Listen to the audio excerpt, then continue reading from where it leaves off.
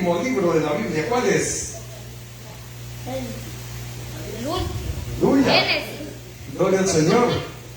El último libro. ¿Cuál es? El que está en la Biblia. Gloria a Jesús. El último libro es Apocalipsis. Pero le estoy diciendo esto para que no le cueste encontrar lo que vamos a estudiar. Hoy retroceda un libro. Vaya al capítulo 1 de Apocalipsis.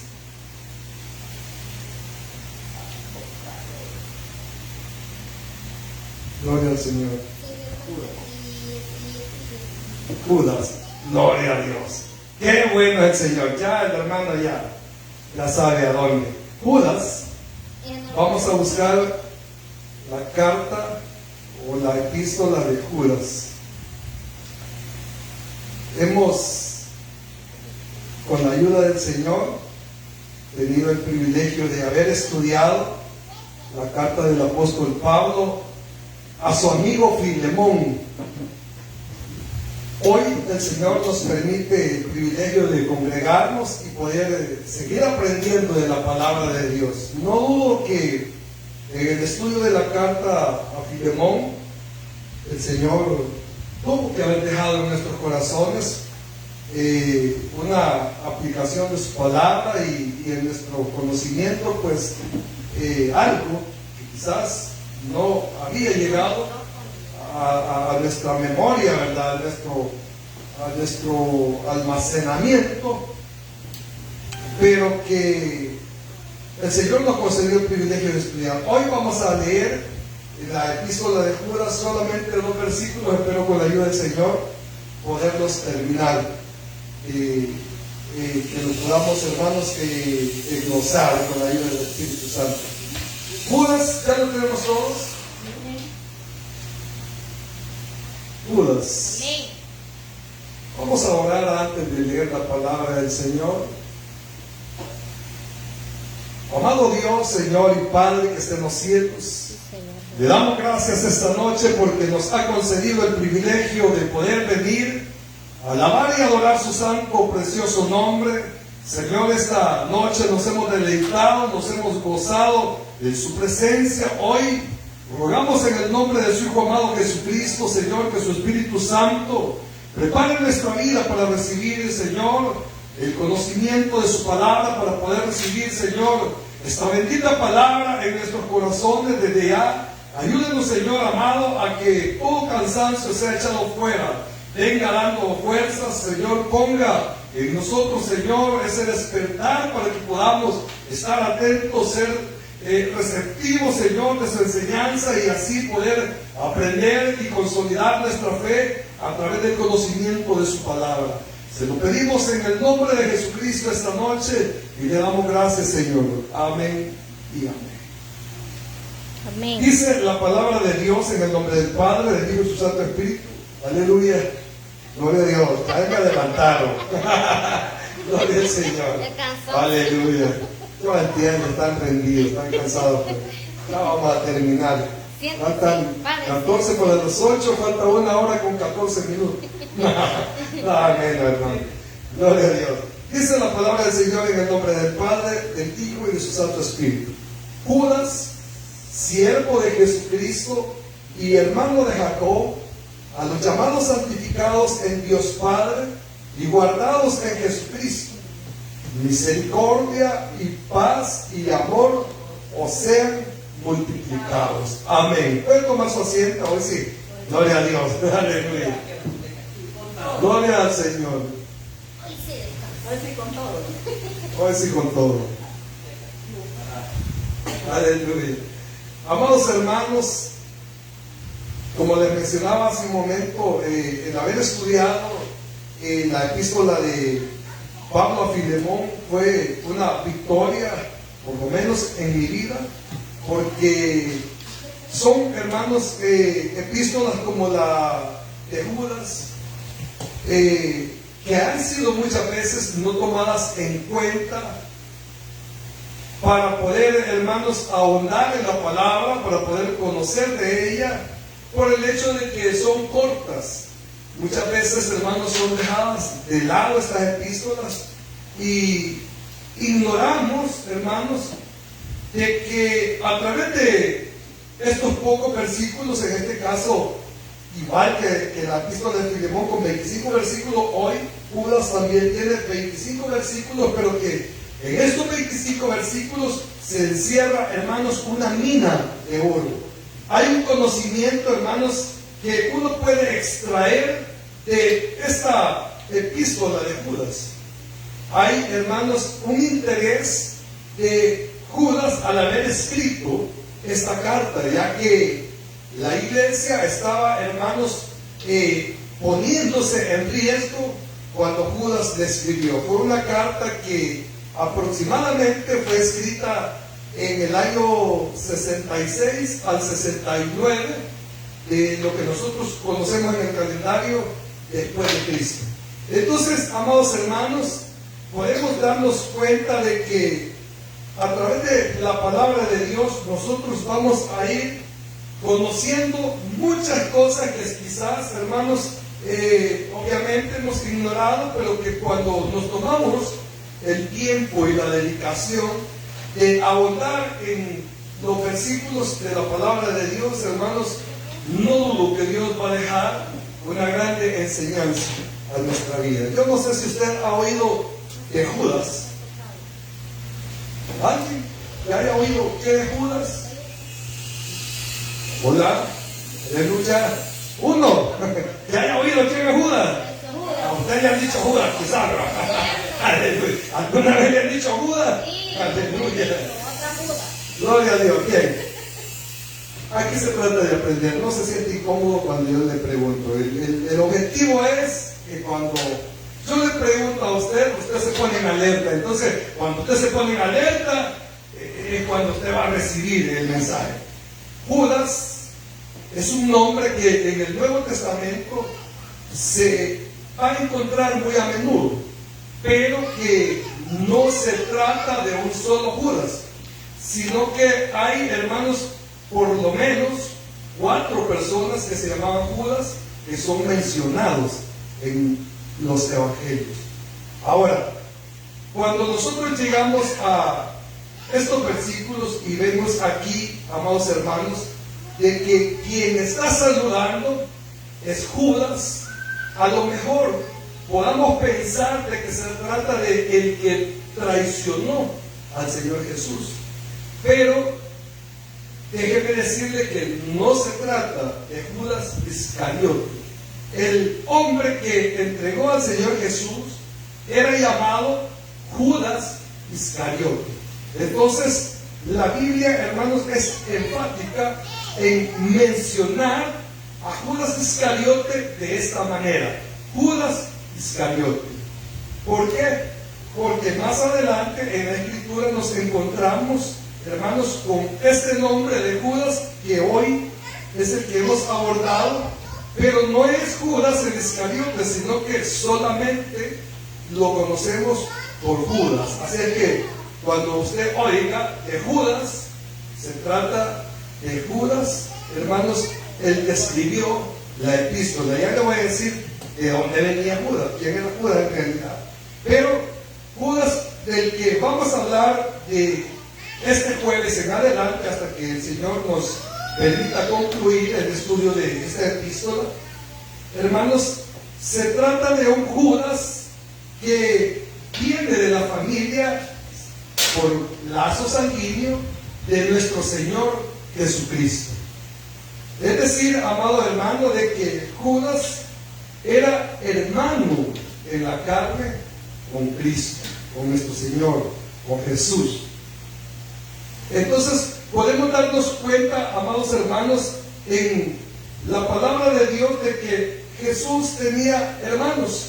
Y se lo voy a comprobar esta noche, no porque quiera contender con algunas personas que piensan que Jesús no tuvo hermanos en la carne, así, hermanos por lazos sanguíneos, sino que quiero que lo busquemos en la palabra de Dios para poderle explicar en realidad quién es este Judas que escribió esta epístola. Para ello voy a invitar o voy a pedir que todos todos esta noche me ayuden. Así es que, usos con la palabra de Dios, que esta noche nos vamos a dar gusto. Como dice que el canto, esta noche nos vamos a gozar con Jesús el Nazareno. Bien, voy a pedirle a mi hermana Santos que en el Evangelio de Juan busque el capítulo 14.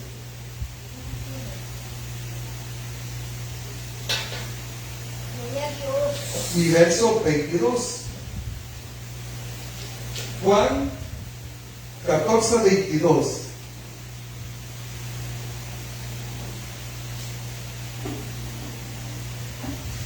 Gloria al Señor.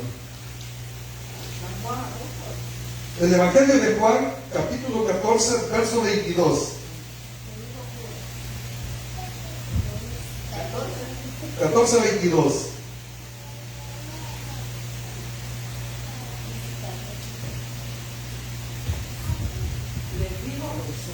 Le dijo Judas, no es el Iscariote, Señor, como que manifestará a nosotros y no al mundo. Gracias, hermano.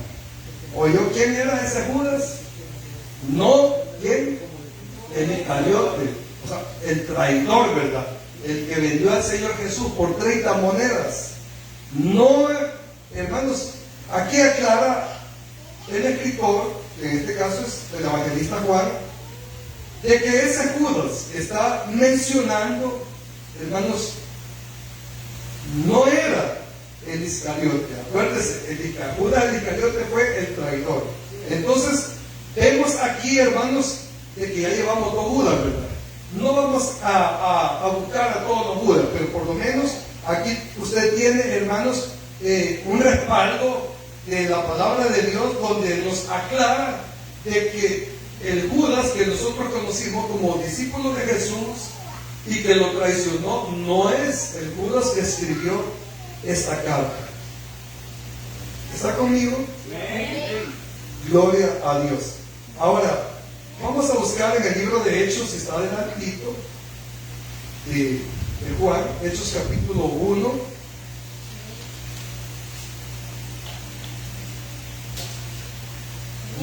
Verso 26, se lo voy a leer. Y les echaron suerte, y la suerte cayó sobre Matías, y fue contado con los 11 apóstoles. Esto está hablando, hermanos, de la sustitución de Judas. Acuérdense que cuando Judas traicionó al Señor Jesús, ¿cuántos discípulos quedaron? 11. Ahora se van a sacar 10. Al final le vamos a dar un diploma que cursó el estudio de Judas. Aleluya. Bien, entonces podemos ver aquí, hermanos, en el libro de los Hechos, y le voy a invitar para que usted lo lea en su casa, para que usted escudriñe. Dice en esa porción de que escogieron a un varón que sustituyera a Judas, que ocupara el lugar que Judas había tenido. Acuérdense que Judas fue contado entre los 12, pero como Judas traicionó al Señor, y usted conoce la historia, al final de Judas quedó, hermanos, una casilla disponible. Esa casilla disponible, o esa, hermanos, o ese puesto que había que llenar, hermanos, fue llenado con Matías. Entonces aquí vemos que se está hablando de Judas el Iscariote, el que fue sustituido. Esto es para, hermanos, confirmar acerca de que el Judas que escribió esta epístola, vuelvo a repetir, no es el Judas traidor. Ahora, vamos a buscar en la palabra del Señor, hermanos, la referencia de Judas que escribió esta epístola. Dice en Mateo capítulo 13, le voy a pedir a la pastora Carmencita que me ayude en Mateo 13, verso 55. Mateo 13, 55.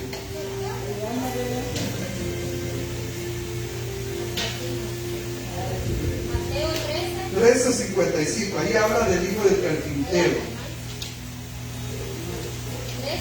13, 55. Dice, ¿no es este el hijo del carpintero? ¿No se llama su madre María y sus hermanos Jacobo, José, Simón y Judas. Gloria a Dios, gracias, amor. ¿Oyó esto? No es este el hijo del carpintero. No se llama su madre María y sus hermanos Jacobo, José, Simón y Judas. Es decir, estaban cuestionando el ministerio del Señor Jesús, porque acuérdense que, hermanos, no creían en Él. El mismo Señor Jesús habló en esta misma porción de que no había, hermanos, profeta. Hermanos, dice aquí en el verso 57 que no hay profeta sin honra, sino en su propia tierra y en su casa. Es decir, de que no reconocían la labor ministerial de Jesús, ni mucho menos aceptaban de que era el Mesías. Entonces, pero lo que llama aquí la atención es de que aquellos que cuestionaban al Señor Jesús interrogaban o preguntaban: ¿no es este el hijo del carpintero, o sea, de José? Y no se llama su madre María. Es decir, de que aquí nos está enseñando de que Jesús tenía como hermanos a Jacob, José, Simón y Judas. Este Judas que se menciona aquí es el que escribió la epístola que hoy hemos comenzado a estudiar. Entonces, estamos hablando que quien escribió esta epístola era un hermano en la carne, era un hermano, hermanos, por lazo sanguíneo de Jesús. ¿Está conmigo hasta este momento? Sí. Bien, continuamos. Entonces, cuando aquí la palabra del Señor menciona, hermanos, a estos hombres que eran hermanos de Jesús, el primero que menciona en el 55 es Jacob. Jacob era o fue un hermano también de Jesús, que más adelante, primero yo con la ayuda del Señor, vamos a estudiar también el libro de Santiago, que fue quien escribió.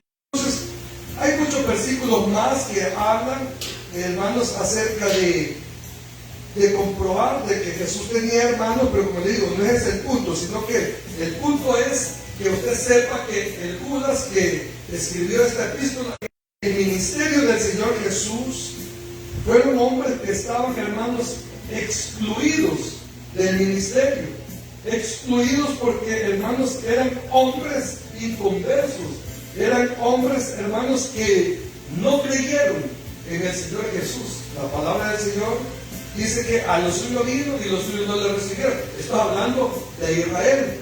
Lo más duro que tuvo que enfrentar el Señor Jesús es de que en su propia casa tenía, hermanos, a las personas incrédulas. Imagina qué tremendo, ¿verdad? Tener que vivir eso. Que en nuestra propia casa haya personas y que no crean en lo que Dios ha hecho en nosotros, que no crean en el llamado, que no crean en el ministerio que Dios nos ha entregado, que no crean, hermano, que usted es lleno del Espíritu Santo, que no crean en todos los milagros que Dios hace a través de usted. ¿Es duro es, sí o no? Sí. Es fuerte, porque eso muchas veces va a pasar en la vida del creyente. En el Señor Jesús no fue la excepción. Sus propios hermanos, por madre y padre terrenal, no creían en Él. Relata lo que es el Nuevo Testamento, de que ellos creyeron en el ministerio del Señor Jesús, que ellos se convirtieron al Señor Jesús hasta que hubo resucitado nuestro amado. Entonces, note usted de que estos hombres, si bien es cierto, hermanos, tuvieron una cercanía con el Señor Jesús, pero necesitaban pedirle perdón al Señor. Es decir, que como no habían creído en Él, como no lo habían reconocido hasta que resucitó, creyeron, como ¿te acuerdas de Tomás? Que hasta no ver. Así, de esa misma manera, eran Judas y Santiago o Jacob, porque no creían en el Señor, pero cuando vieron que resucitó, cuando se dieron cuenta que había resucitado, y más aún, cuando vieron que se fue para el cielo, ellos dijeron: ciertamente, este es el Hijo de Dios, el Mesías que estaba esperando, y los ojos se les abrieron, y empezaron, hermanos, a alabar a Dios y tuvieron que doblegar sus corazones y tuvieron que venir delante del Señor pidiendo perdón porque reconocieron que eran hombres pecadores que necesitaban también tener un encuentro espiritual con el Señor. Miren, habían estado con Jesús en la carne, en lo físico, como usted está a la parte de su esposo, pero no le habían conocido espiritualmente, solo lo conocía de nombre, lo conocía físicamente, pero en realidad lo que era el Señor Jesús no le habían conocido. Ahora podemos notar, hermanos, con esto algo bien singular, y es de que por ser hermanos de Jesús y por ser María, mire, María es una persona digna de bastante admiración. Hay muchas personas que hablan quizás incorrectamente porque generalizan. Cuando dicen los evangélicos odian a María, los evangélicos están en contra de María, pero de ninguna manera nosotros no sentimos nada en contra de María. Al contrario, tenemos una admiración porque Elizabeth le dio una bendición de parte de Dios y le dijo: bendita eres tú entre todas las mujeres. Mire, qué privilegio el que tuvo María. ¿Por qué le digo esto?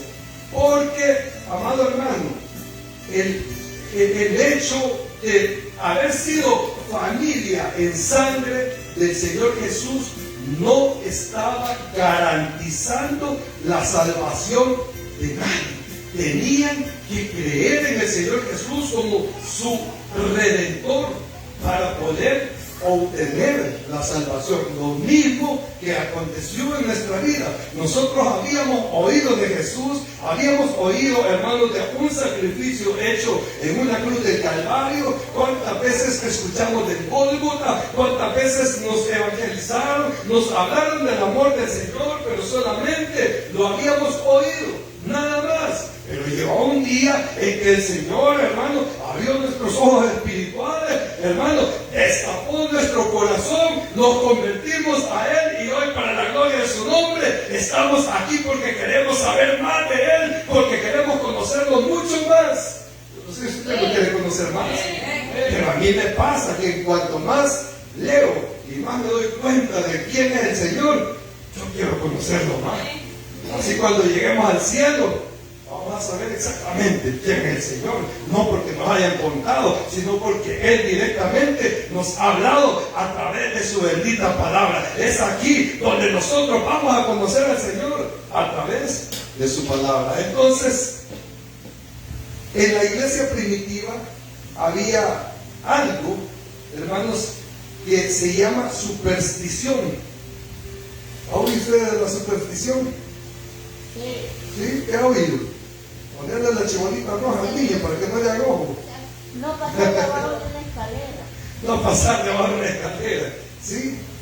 Mire, una de las supersticiones que vivió la iglesia primitiva fue pensar que María, José, Jacob, Judas, el otro hermano del Señor, hermano, eran personas que merecían méritos, que merecían, hermanos, atenciones especiales por ser familia en sangre de Jesús. Pero hoy vamos a la palabra. Dice la palabra del Señor que en cierta ocasión una mujer se le acercó al Señor Jesús y le dijo: bendito el vientre que te dio a luz, dichosos esos pechos que te amamantaron. Una linda expresión, ¿verdad? Es preciosa, porque esta mujer pretendía, hermanos, alabar al Señor, pretendía exaltar al Señor, pero no se daba cuenta que a quien estaba exaltando era a la madre. Y la madre, como le dije, con mucho respeto, es digna de ser una persona de admiración, de ser admirada, porque fue una persona escogida de Dios, fue un instrumento para dar a luz a Cristo hombre. Pero el Señor Jesús, ¿qué respondió? Dichosos los que creen, dichosos los que reciben el Evangelio, dichosos. Y empezó el Señor Jesús, hermanos, a hablar de que bienaventurados eran aquellos que recibían al Hijo de Dios en su vida. Es decir, hermano, de que la relación sanguínea que podían tener los familiares de Jesús con el Señor no le garantizaba absolutamente nada, sino que solamente, hermanos, ellos habían tenido una convivencia, pero una convivencia que no dio frutos, sino que tuvieron hermosos resultados hasta, como le dije hace un momento, hasta que el Señor Jesús resucitó. Entonces nos damos cuenta, hermanos, de que la iglesia estaba como queriendo hacer alabanza a quienes no tenían que hacerle alabanza, a quienes no tenían que exaltar, porque el único digno de ser exaltado es el Señor. Dice la palabra de Dios que delante de Él se va a doblar toda rodilla de lo que está en el cielo, en la tierra y debajo de la tierra, y que no hay otro nombre dado a los hombres por el cual podamos ser salvos. Por eso es de que no podemos honrar a ninguna sagrada familia. ¿Ha oído eso? ¿Sí? No, el único a quien tenemos que honrar se llama Jesús, Cristo, nuestro amado Salvador. Entonces, le digo todo esto, amado hermano, porque quiero que conozca a Judas. No vamos a entrar en un estudio sin que usted sepa quién es Judas. Es como que le regalen un libro y le pongan ahí: este libro fue escrito por el pastor Fernández. ¿Quién es el pastor Fernández? San Herbert, un morenazo de allá por San Ramón. ¿Y a dónde San Ramón? Entonces, pero cuando alguien viene y le dice: mire, le regalo este libro, lo escribió tal persona, esta persona, y le empieza a dar referencias de la persona, a usted le puede interesar, ¿verdad?, qué es lo que dice el libro, y va a empezar a leerlo porque ya le dieron referencias que quién era esa persona. Y si a usted le dijeron que esa persona que escribió ese libro tiene buen testimonio y que fue un instrumento de Dios y que fue alguien, hermanos, que ha adorado al Señor como Dios se lo merece, hermano, usted va a querer aprender de las cosas buenas que dice en el libro. Entonces, de esa misma manera, es bien importante que cuando nosotros hoy entramos en este primer versículo y que dice Judas, sepamos quién es Judas, porque más adelante vamos a encontrar, o nos vamos a dar cuenta del propósito que Judas tenía al haber escrito esta carta. No sé si está conmigo. Gloria al Señor. Bien. Vamos a ir avanzando porque el tiempo nos gana bastante ventaja. En el libro de los Salmos, capítulo 69, se lo voy a buscar para que no nos entretengamos, aunque ya le va a tocar el turno a uno que estoy viendo desde por aquí. Aleluya. Salmo 69. Si usted lo encuentra antes que yo, póngase de pie y lee el versículo número 8. Gloria a Dios. ¿Quién puede? Amén. Extraño he sido para mi hermano y desconocido para los hijos de mi madre. Gloria al Señor. Gracias, hermano. ¿Se da cuenta? Jesús vivió en la casa con sus padres y dijo, ¿qué dice aquí? Extraño he sido. Es decir, de que no lo reconocieron. Miren, eso fue bien doloroso para nuestro Señor. Y si Él, hermanos, se aguantó todo eso, fue por amor a usted y por mí.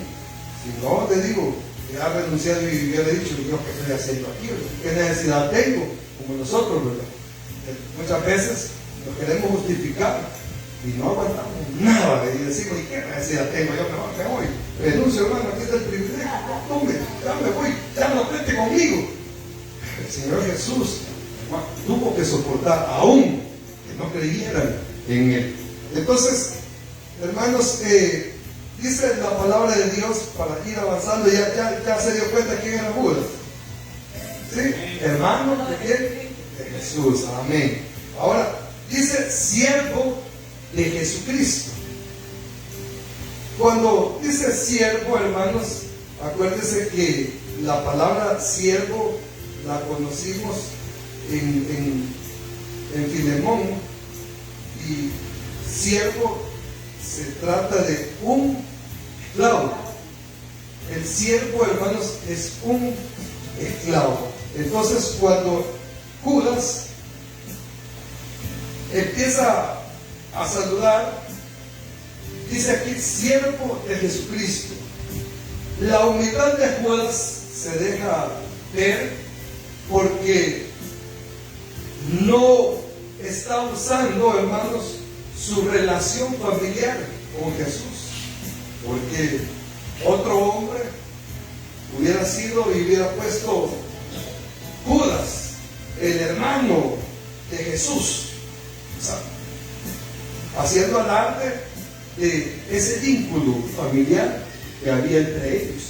Pero ahora, cuando Judas comienza a escribir, dice siervo de Jesucristo, o sea, esclavo de Jesucristo. No dice hermano de Jesús, sino que se está, hermanos, haciendo un hombre humilde, y no necesita recalcar que él era hermano de Jesús, sino que lo que notamos ahí es de que Judas usa, hermanos, esta expresión como esclavo del Señor, es decir, estoy a la orden de Jesús, estoy para obedecerle, estoy para hacer lo que Él diga, estoy porque Él es mi Señor. Entonces Judas usa, hermanos, esa humildad para no vanagloriarse de que era hermano de Jesús. Antes de que el Señor Jesús resucitara y se fuera al cielo, hermanos, había multitudes que lo seguían, pero había multitudes también que lo rechazaron. Y así como lo rechazaron, después de la resurrección, hubieron muchas personas, hermanos, que al darse cuenta que Jesús resucitó y que verdaderamente era el Hijo de Dios, hermanos, hoy venían y testificaban que ellos habían conocido de cerca, físicamente, a Jesús, y se vanagloriaban, hermano. Cualquiera, ¿no le ha pasado a usted que usted conoce o tiene amistad con alguna persona importante, y cuando le menciona a esa persona, dice, es mi amigo? ¿Sí o no? ¿Sí? Sí, mire, una vez es como dicen, para no quedar pachito, ¿verdad? Uno a veces hace mención de sus amistades, más y son personas, hermanos, reconocidas de lo bueno, por supuesto, ¿verdad? Entonces uno dice, mi amigo, sí, él me conoce, yo lo conozco a él, si hemos comido juntos, si hemos andado celebrando, y entonces uno empieza a dar referencia, porque es una persona, hermanos, reconocida. De esta misma manera, había muchas personas que se jactaban de haber conocido a Cristo, a Jesús, y Judas no usó esa vanagloria, sino que a Judas no le importaba que la gente lo viera como el hermano de Jesús, sino que lo vieran como el esclavo, como el siervo de Jesús. Aquí, hermanos, lo que nos da a conocer Judas es esa humildad, que él no se respaldó para servirle al Señor por ser hermano de Jesús, sino que era una persona ya convertida al Evangelio y que hoy venía a ser parte del servicio de la obra de Dios. Y dice aquí, y hermano de Jacob. Le mencioné de que Jacob es quien nosotros conocemos hoy como Santiago, el que escribió la epístola de Santiago. Santiago fue, hermanos, Pablo lo dijo, Santiago fue un pilar de la iglesia del Señor, de la iglesia primitiva. Santiago fue, hermanos, un hombre de mucho peso en la iglesia primitiva. Entonces, cuando Judas lo menciona aquí, y hermano de Jacob, está diciendo, amados hermanos, de que así como Jacob era, hermanos, su hermano en la carne, o así como Judas era hermano de Jacob en la carne y habían sido hermanos de Jesús en la carne, hoy Jacob, hermanos, también era parte de los siervos del Señor, de los instrumentos de Dios. Y hay algo bien importante, y es de que Judas, hermanos, identifica a quienes está dirigiendo su carta. Hoy vamos aquí, ¿para quién es la carta? El autor es, ¿quién es el autor? Judas. ¿Quién era Judas? El hermano de Jesús en la carne, ¿verdad? Ahora, dice aquí que la carta es para quienes. Aquí en el verso 1 dice a los llamados. A los llamados. Esto se está refiriendo a los creyentes, a los cristianos, a los evangélicos. O sea, Judas no le estaba escribiendo a la gente de allá afuera. Judas le estaba escribiendo, hermanos, a aquellos que eran parte de la iglesia del Señor. Es decir, como que hoy Judas está escribiéndonos a nosotros. ¿Por qué? Porque más adelante vamos a conocer el propósito por el cual Judas estaba escribiendo esta carta. Está bien interesante, porque Judas había percibido el peligro que estaba, hermanos, ya prácticamente viviendo la iglesia. Y si Judas no se hubiera parado firme y se hubiera dejado usar por el Espíritu Santo para escribir esta carta, hermano, hubiera sido una catástrofe, porque más adelante nos vamos a dar cuenta de cómo, hermanos, la defensa de Judas para proteger la obra de Dios hizo efecto en la iglesia, así como tiene que hacer efecto hoy en día ante tantas, hermanos, cosas raras que se ven en la iglesia. Estamos en un tiempo extremadamente peligroso, donde, hermanos, cualquier locura es presentada en un altar y cualquier locura agarran para poder justificar, hermanos, de hacer la obra de Dios. Pero no necesitamos adaptarle nada a lo que Cristo, a lo que el Señor ya dejó establecido. Y es ahí donde interviene Judas y empieza a escribir esta carta. Ahora, dice a los santificados en Dios Padre. Los santificados, hermanos, se está refiriendo a los amados del Señor. Copié una traducción, hermanos, de uno de los grandes eruditos de la palabra de Dios, que del griego lo traduce. Y el verso que nosotros hemos leído hoy en el versículo 1, en esta carta, que dice: Judas, siervo de Jesucristo y hermano de Jacob, a los llamados santificados de Dios Padre y guardados en Jesucristo. Ahora le voy a leer la otra traducción. Dice: Judas, esclavo de Jesucristo y hermano de Jacob, a aquellos que por Dios el Padre han sido amados. O sea, esto es la traducción de lo que aquí dice: santificados en Dios Padre.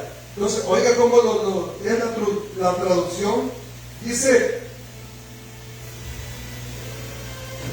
a aquellos que por Dios el Padre han sido amados y se encuentran en un estado de ser objeto permanente de su amor. Eso es lo que quiere decir santificados en Dios Padre. Acuérdense que nosotros tenemos, hermanos, una Biblia que ha sido traducida, pero que cuando nos damos cuenta, hermanos, de los significados exactos del escrito original de la palabra de Dios, hermanos, empezamos a juntar todo el equivalente de lo que nos quiere informar en nuestro idioma. Entonces, una de las buenas traducciones que se encuentran entre todas las traducciones de la Biblia es esta de este hombre que el Señor usó, llamado el doctor West, un gran erudito griego que enseñaba en el Instituto Bíblico Moody. Bueno, pero esa es otra historia, pero se lo cuento en el sentido, hermanos, de los significados que la palabra de Dios trae para nuestra vida. Dice, y guardados en Jesucristo. Esto habla, amados hermanos, de perseverar. Guardados en el Señor Jesucristo, estaba hablando, amados hermanos, de nuestra vida, de perseverar en la fe. Dice, cuando dice guardados en Jesucristo, está hablando, hermanos, de nuestra protección. Es bien importante aclarar todo esto. Yo sé que quizás a veces puede sonar